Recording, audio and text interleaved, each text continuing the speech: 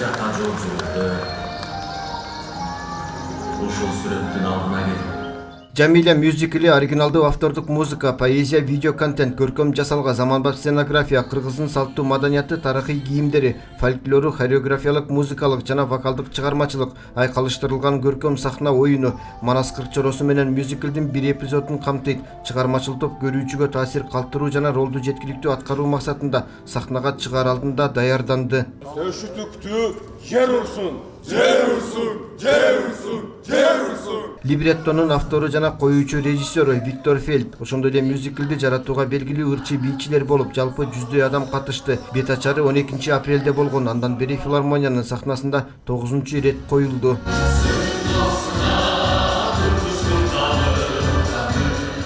Бул жаңы чыгармада, бул чынын айтканда мына Кыргызстандын тарыхындагы сахнага коюлган чыныгы профессионал актерлордун, чыныгы профессионал ырчылардын аткаруусундагы биринчи улуттук мына мюзиклди биз ушу улуттук филармониянын сахнасында мына тартып атабыз.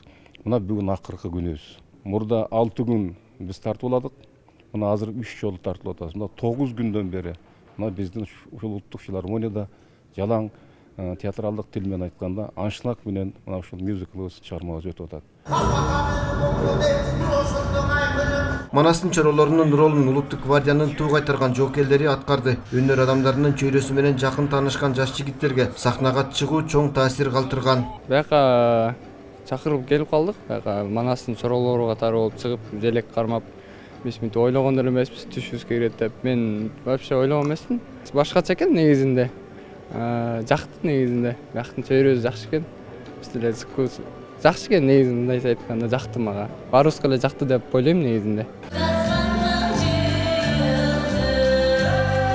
Jamila повесинин жарыкка чыгышынын 65 жылдыгына арналган мюзикл бийик махабат, улуу күч, адамдардын татаал тагдырлары, кыйынчылыктары, түйшүктөрү жана кубанычтары, мекенге болгон жан аябас сүйүүсү, ата бабаларынын жерин сактап калуу жана башкалар чагылдырылат. Мюзиклди көрүүгө көпчүлүк менен кошо министрлер кабинетинин төрагасы Акылбек Жапаров баш болгон жоон топ өкүл келген. Чыгарма кызуу кол чабуу менен аяктады.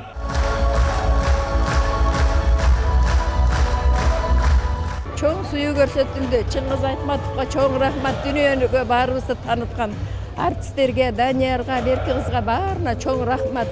Жандуу ырдаганы аябай жакты. Биринчи Оон деген чыгарма болуп чыккан, анан кийин Жамила деп, Кызыл жол жалжалым деп, абдан жакшы кыргыздын маданият тармагында эң чоң жетишкендик болуп саналды деп коштойм. Айтканга сөзүм жетпейт, я в восторге.